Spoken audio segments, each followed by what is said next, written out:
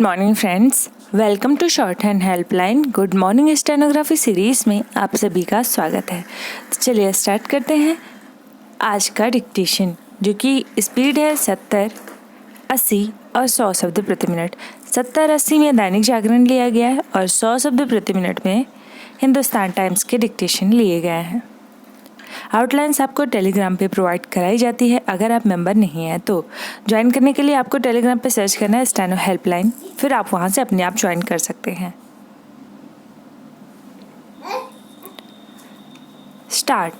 आम किसानों की आड़ में पंजाब, हरियाणा और पश्चिमी उत्तर प्रदेश के चंद किसान संगठनों के आंदोलन के दौरान प्रधानमंत्री के खिलाफ चलाए गए बेहद आपत्तिजनक हैशटैग को लेकर ट्विटर को जो चेतावनी दी गई वह किसी कार्रवाई में तब्दील होनी चाहिए।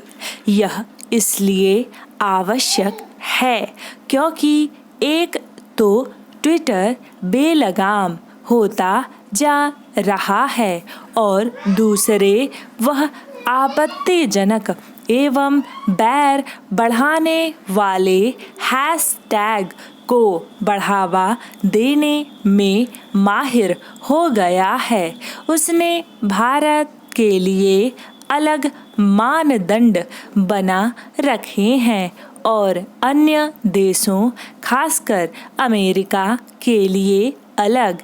वह अमेरिका में गुमराह करने वाले ट्वीट के आधार पर राष्ट्रपति डोनाल्ड ट्रंप तक को प्रतिबंधित कर देता है, लेकिन भारत में झूठी खबरों के जरिए वैमनस्य बढ़ाने, माहौल खराब करने और लोगों को भड़काने वाले तत्वों को संरक्षण देता है। उसने न तो उनके खिलाफ कोई कार्रवाई की जिन्होंने नितांत फर्जी खबर गढ़कर राष्ट्रपति पर छींटाकशी की और न ही उनके विरुद्ध जिन्होंने किसानों के संहार की कथित योजना को प्रचारित किया। ट्विटर ने इन शरारती तत्वों के खिलाफ कार्रवाई की भी तो दिखावटी। ऐसा करके उसने भारत सरकार की आंखों में धूल ही झोंकी। पैरा। अभिव्यक्ति की स्वतंत्रता के नाम पर ट्विटर ने भारत में राष्ट्रीय विमर्श को जिस बुरी तरह दूषित किया है उसकी मिसाल मिलना मुश्किल है। भारत सरकार को यह सुनिश्चित करना होगा कि ट्विटर सरीखे प्लेटफॉर्म अभिव्यक्ति की स्वतंत्रता का बेजा इस्तेमाल न करने पाए। अभिव्यक्ति की स्वतंत्रता न तो असीम है और न ही हो सकती है। भारत सरकार को अपने खिलाफ होने वाले दुष्प्रचार की काट करने के लिए भी कमर कसनी होगी, क्योंकि कई लोग किसान आंदोलन की सच्चाई से अनजान होने के बाद भी बहती गंगा में हाथ धोने में लगे हुए हैं। इनमें खालिस्तान समर्थकों के अलावा भारत से बैर रखने वाले भी हैं और सेलिब्रिटी कहे जाने वाले लोग भी।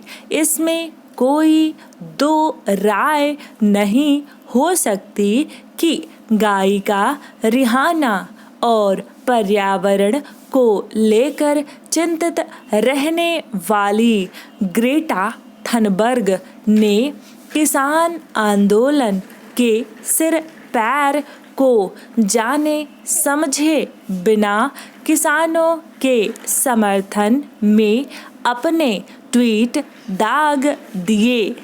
एक तो यह आम किसानों का नहीं बल्कि देश के एक खास इलाके के सक्षम किसानों का आंदोलन है, और दूसरे, यदि रिहाना और ग्रेटा सचमुच भारतीय किसानों को लेकर चिंतित हैं तो फिर उन्हें उन धनी देशों के कान उमेठने चाहिए जो विश्व व्यापार संगठन में इसका विरोध करते हैं कि भारत अपने किसानों को सब्सिडी क्यों देता है।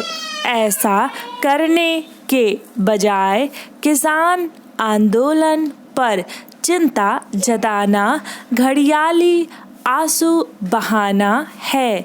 इन घड़ियाली आंसुओं से यह हकीकत छिपने वाली नहीं कि किसानों का यह आंदोलन आम और असल किसानों के हितों को चोट पहुंचाने वाला है।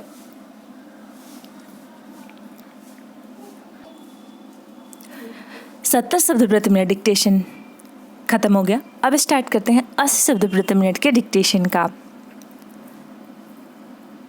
80 शब्द प्रति मिनट डिक्टेशन स्टार्ट होगा 3 सेकेंड बाद।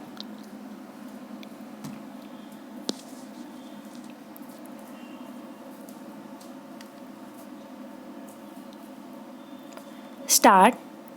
आम किसानों की आड़ में पंजाब, हरियाणा और पश्चिमी उत्तर प्रदेश के चंद किसान संगठन के आंदोलन के दौरान प्रधानमंत्री के खिलाफ चलाए गए बेहद आपत्तिजनक हैशटैग को लेकर ट्विटर को जो चेतावनी दी गई वह किसी कार्रवाई में तब्दील होनी चाहिए। यह इसलिए आवश्यक है क्योंकि एक तो ट्विटर बेलगाम होता जा रहा है और दूसरे वह आपत्तिजनक एवं बैर बढ़ाने वाले हैशटैग को बढ़ावा देने में माहिर हो गया है। उसने भारत के लिए अलग मानदंड बना रखे हैं और अन्य देशों खासकर अमेरिका के लिए अलग। वह अमेरिका में गुमराह करने वाले ट्वीट के आधार पर राष्ट्रपति डोनाल्ड ट्रंप तक को प्रतिबंधित कर देता है, लेकिन भारत में झूठी खबरों के जरिए वैमनस्य बढ़ाने, माहौल खराब करने और लोगों को भड़काने वाले तत्वों को संरक्षण देता है। उसने न तो उनके खिलाफ कोई कार्रवाई की जिन्होंने नितांत फर्जी खबर गढ़कर राष्ट्रपति पर छींटाकसी की और न ही उनके विरुद्ध जिन्होंने किसानों के संहार की कथित योजना को प्रचारित किया। ट्विटर ने इन शरारती तत्वों के खिलाफ कार्रवाई की भी तो दिखावटी। ऐसा करके उसने भारत सरकार की आंखों में धूल ही झोंकी। अभिव्यक्ति की स्वतंत्रता के नाम पर ट्विटर ने भारत में राष्ट्रीय विमर्श को जिस बुरी तरह दूषित किया है उसकी मिसाल मिलना मुश्किल है। भारत सरकार को यह सुनिश्चित करना होगा कि ट्विटर सरीखे प्लेटफॉर्म अभिव्यक्ति की स्वतंत्रता का बेजा इस्तेमाल न करने पाए। अभिव्यक्ति की स्वतंत्रता न तो असीम है और न ही हो सकती है। भारत सरकार को अपने खिलाफ होने वाले दुष्प्रचार की काट करने के लिए भी कमर कसनी होगी, क्योंकि कई लोग किसान आंदोलन की सच्चाई से अनजान होने के बाद भी बहती गंगा में हाथ धोने में लगे हुए हैं। इनमें खालिस्तान समर्थकों के अलावा भारत से बैर रखने वाले भी हैं और सेलिब्रिटी कहे जाने वाले लोग भी। इसमें कोई दो राय नहीं हो सकती कि गायिका रिहाना और पर्यावरण को लेकर चिंतित रहने वाली ग्रेटा थनबर्ग ने किसान आंदोलन के सिर पैर को जाने समझे बिना किसानों के समर्थन में अपने ट्वीट दाग दिए। एक तो यह आम किसानों का नहीं बल्कि देश के एक खास इलाके के सक्षम किसानों का आंदोलन है, और दूसरे, यदि रिहाना और ग्रेटा सचमुच भारतीय किसानों को लेकर चिंतित हैं तो फिर उन्हें उन धनी देशों के कान उमेटने चाहिए जो विश्व व्यापार संगठन में इसका विरोध करते हैं कि भारत अपने किसानों को सब्सिडी क्यों देता है। ऐसा करने के बजाय किसान आंदोलन पर चिंता जताना घड़ियाली आंसू बहाना है। इन घड़ियाली आंसुओं से यह हकीकत छिपने वाली नहीं कि किसानों का यह आंदोलन आम और असल किसानों के हितों को चोट पहुंचाने वाला है।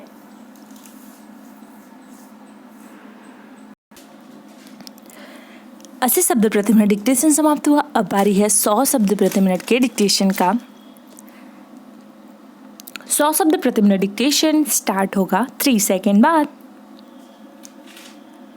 स्टार्ट।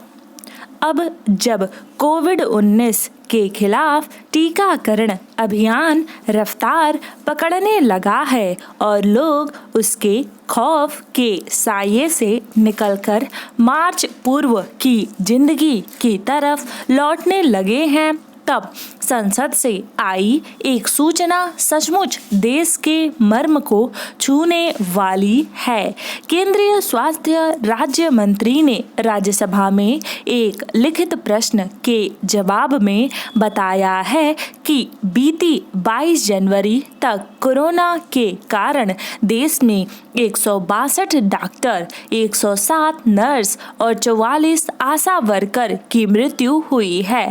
पहली कतार के कोरोना वॉरियर्स ने अपनी जान का जोखिम उठाते हुए मुल्क और मानवता की जिस तरह सेवा की है, वह सेवा भावी लोगों के लिए हमेशा एक लैंप पोस्ट का काम करेगी। देश के कुशल मानव संसाधन को पहुंचे इस नुकसान की पृष्ठभूमि में यह आसानी से समझा जा सकता है कि आखिर क्यों टीकाकरण अभियानों में दुनिया भर में इन्हें प्राथमिकता दी जा रही है। एक डॉक्टर या नर्स की मौत देश और समाज की कितनी बड़ी क्षति है। महामारी ने पूरी दुनिया को इसका एहसास कराया है। कोविड-19 ने पूरे संसार को कभी न भूलने वाली पीड़ा दी है, साथ ही कई बेशकीमती सबक भी दिए हैं। आशा की जानी चाहिए कि इन्हें बिसराया नहीं जाएगा। जिन देशों ने वायरस संक्रमण की पहली सूचना के साथ ही भरपूर संवेदनशीलता व सजगता का परिचय दिया, उनके यहाँ जान माल का कम नुकसान हुआ, वहीं बेहतर स्वास्थ्य सुविधाओं का दंभ पाले विकसित देशों ने अपनी लापरवाही की भारी कीमत चुकाई है।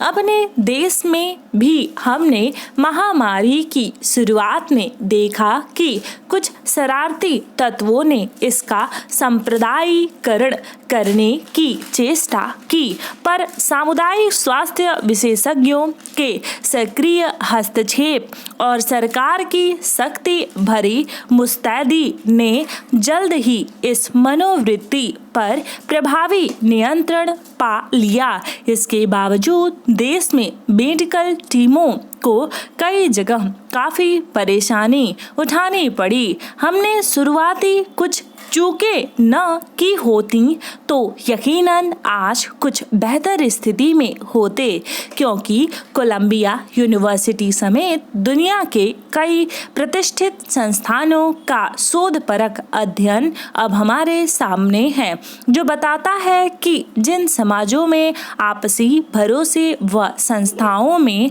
विश्वास का स्तर ऊंचा रहा, वहां महामारी बहुत नुकसान नहीं पहुंचा पाई है। महामारी के आगमन के साथ ही यह तय था कि वैज्ञानिक तरक्की के जिस सोपान पर आज का मानव समाज खड़ा है, विज्ञान की मदद से वह इस पर काबू पा लेगा और अब साल भर के भीतर ही टीकों की इजाद व उनकी प्रभावशीलता ने उस विश्वास को ठोस आधार दे दिया है। सुखद यह है कि हमारे देश के वैज्ञानिकों ने भी अपनी प्रतिभा क्षमता का लोहा मनवाया, लेकिन हमें नहीं भूलना चाहिए कि कोविड-19 का उन्मूलन नहीं हुआ है और हमारे देश में उसका नया स्ट्रेन भी पहुंच चुका है। इसलिए सरकार व विशेषज्ञों के दिशा निर्देश को आस्थावान नागरिक की तरह अपनाए रखने की जरूरत है। सरकार ने स्वास्थ्य ढांचे में भारी सुधार के मद्देनजर बजट में अभूतपूर्व बढ़ोतरी करके 300 से अधिक स्वास्थ्य वॉरियर्स सहित उन 1,54,000 मृतकों को अपनी सच्ची श्रद्धांजलि दी है, जिन्हें यह महामारी हमसे छीन ले गई। अब बतौर नागरिक हमें किसी प्रकार की कोताही न बरतते हुए टीकाकरण अभियान को सफल बनाकर अपनी भूमिका निभानी है। डिक्टेशन समाप्त हुआ। ऐसे प्रतिदिन आपको डिक्टेशन मिलता रहे, इसके लिए हमारे YouTube चैनल को जरूर सब्सक्राइब करें और बगल में जो बेल आइकन है उसे दबाना ना भूलें, ताकि जो भी वीडियोस हम अपलोड करें उसकी नोटिफिकेशन आपको सबसे पहले मिल जाया करे।